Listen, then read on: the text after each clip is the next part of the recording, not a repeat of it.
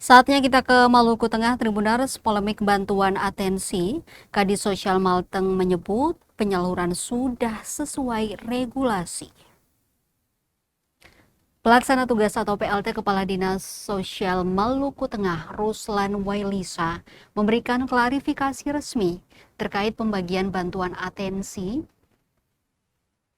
atau asistensi rehabilitasi sosial yang sempat menuai pro dan kontra. Diketahui pada Jumat 22 Mei lalu, penerima manfaat sempat mengemukakan protes saat penyaluran bantuan di kantor pos Masohi. Pasalnya, para penerima hanya didokumentasikan penyerahan uang tunai. Setelahnya, mereka diberikan sejumlah barang. Kepada awak media di ruang kerjanya, Senin 25 Mei 2026, PLT Kadis Sosial menyebut bahwa penyaluran bantuan berupa barang sudah sesuai regulasi. Regulasi yang dimaksud yakni Permensos nomor 7 tahun 2022 mengenai perubahan atas Peraturan Menteri Sosial nomor 7 tahun 2021 tentang asistensi rehabilitasi sosial atau atensi. Atas hal itulah penyaluran bantuan atensi oleh Balai Sentra Bahagia Ternate di Kabupaten Maluku Tengah dalam bentuk barang. Namun terlebih dulu uang tersebut disalurkan melalui kantor pos. Walau begitu, PLT Kadis Sosial mengakui bahwa lemahnya para pendamping sosial dalam menyampaikan atau sosialisasi kepada keluarga penerima manfaat atau KPM. Sehingga ia menilai kejadian pada Jumat lalu hanyalah miskomunikasi. Ruslan Wailisa juga mengklarifikasi terkait kejadian para KPM yang didokumentasi saat penyerahan uang tunai. Ruslan mengatakan hal itu sebagai bentuk pertanggungjawaban pihak kantor pos.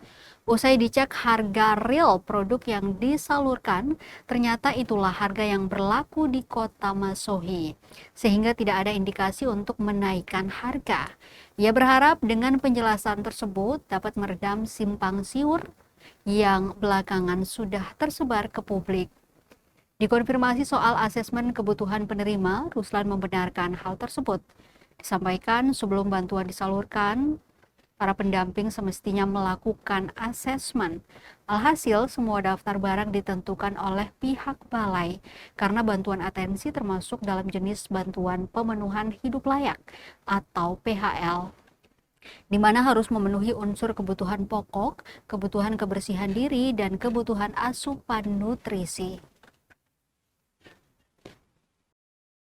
Dalam melihat persoalan-persoalan sosial di Kabupaten Maluku,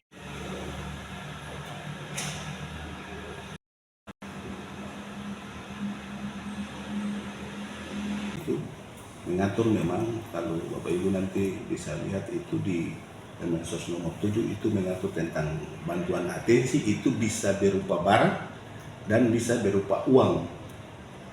Nah, lalu itu dasarnya. Tapi uangnya itu mekanismenya itu uangnya itu disalurkan lewat PT Pos.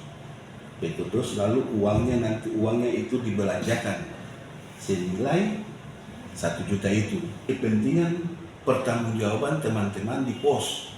Jadi pada saat ambil uang foto, bukan Kemensos atau bukan Dinas Sosial yang foto, dicek per item dengan harga, ternyata itulah harga real yang dimasuki yang saat ini berlaku.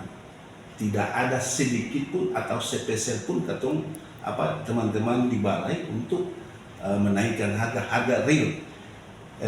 Konfirmasi sudah kami lakukan dengan pemilik toko Tomia Baru, videonya ada, semuanya ada dan resmi. Jadi sekali lagi kami berharap dengan penjelasan kami ini supaya bisa meredam atau bisa meluruskan berita yang simpang siur selama ini. Nah, ini penting sekali untuk masyarakat tahu bahwa itu bantuan itu berupa barang. Jadi sebelum bantuan itu dikasih, itu dilakukan asesmen oleh teman-teman pendamping sosial. Makanya di dalam jenis-jenis sembako itu, jenis-jenis barang yang dibelanjakan itu ada beras sebagai kebutuhan pokok, ada susu sebagai asupan nutrisi, Lalu ada sikat gigi, odol gigi sebagai kebutuhan kebersihan diri. Itu mungkin yang perlu kami luruskan.